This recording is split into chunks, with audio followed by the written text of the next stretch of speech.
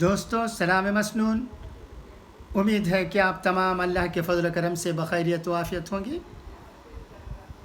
کل ہمارے ملک کا بجٹ پیش کیا گیا تھا۔ اس سلسلے میں بہت سی خبریں آج اخباروں میں شائع ہوئی ہیں۔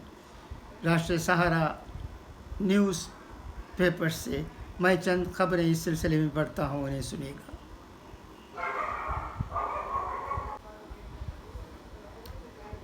بجٹ 2022-2023 عالمی معیار کے اقتصادی، سماجی بنیادی ڈھانچے قائم کرنے کا عزم، اگلے 25 سال کے لیے معیشت کو رفتار دینے کی بنیاد، ہندوستانی معیشت کے 7 انجنوں کو مضبوط کرنے پر وزیر خزانہ کا زور۔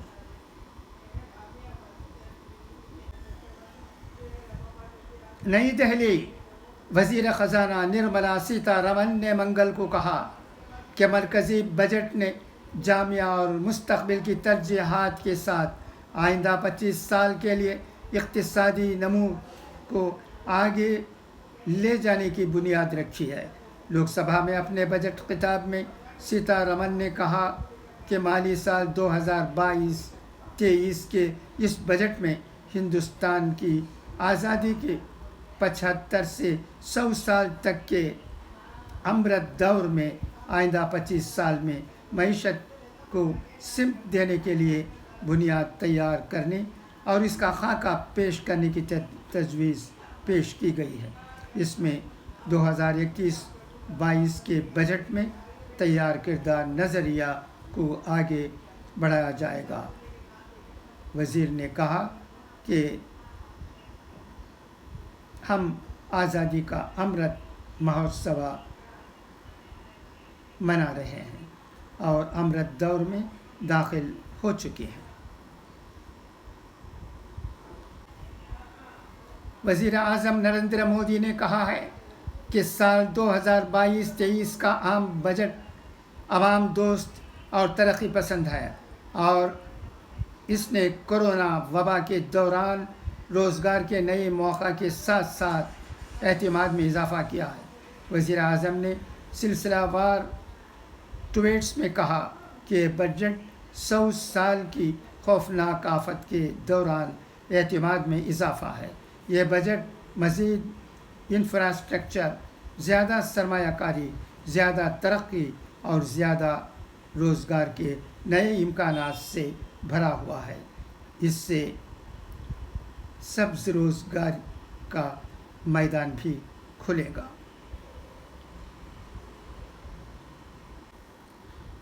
مرکزی وزیر داخلہ امت شاہ نے کہا ہے کہ مودی حکومت کا سال 2022-23 کے لیے پیش کیا گیا بجٹ کورونا وبا کے بعد کی دنیا میں ملک کو خود انحصار بنانے اور آزادی کے 100 سالویں سال کے نئے ہندوستان کی بنیاد رکھے گا۔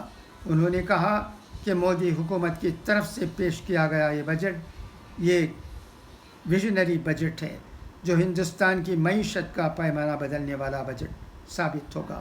یہ بجٹ ہندوستان کو خود کفیل بنانے کے ساتھ ساتھ آزادی کے 100ویں سال کے نئے ہندوستان کی بنیاد رکھے گا۔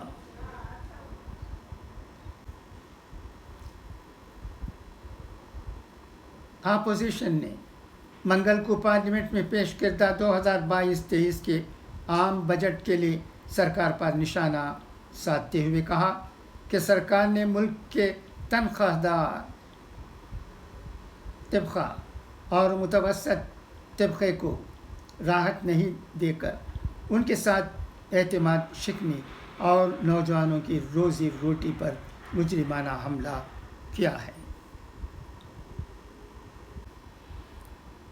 کانگریس کے سابق صدر راہل گاندھی نے مالی سال 2022-23 کے بجٹ کو صفر قرار دیتے ہوئے کہا ہے کہ اس میں غریبوں، کسانوں اور متاثرہ طبقات کے لیے کوئی راحت نہیں دی گئی ہے۔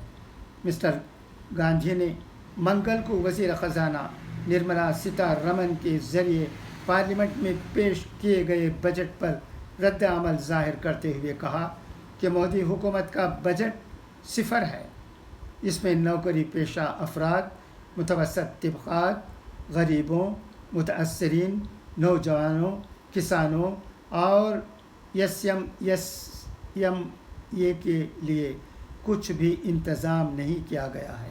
کانگریس کے لیڈر ادھیر رنجن چودھری نے بجٹ کو بے سمت بتاتے ہوئے کہا کہ اس میں متوسط طبقے اور کسانوں کے لیے کچھ بھی نہیں ہے۔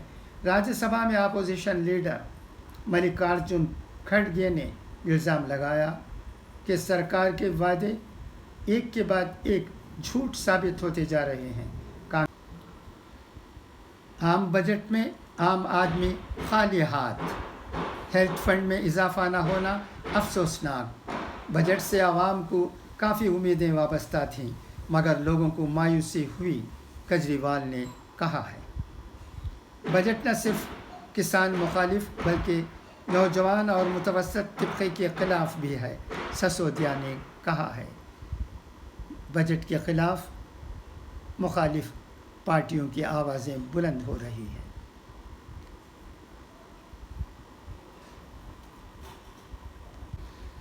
اب آئیے اقوال زرین سنیں۔ یہ اقوال زرین ارسطو کے ہیں۔ اعلیٰ زندگی کی 4 نشانیاں ہیں: 1 اچھا بولنا، 2 اچھا کردار و سیرت، 3 اچھی نیت، 4 اچھی صحبت۔ جو شخص حصول علم کی مشکلات نہیں جھیلتا اسے جہالت کی سختیاں عمر بھر جھیلنا پڑتی ہیں۔ شر کو شر سے رفع کرنا اگرچہ صحیح بات ہے مگر شر کو خیر سے رفع کرنا نسبتاً احسن ہے۔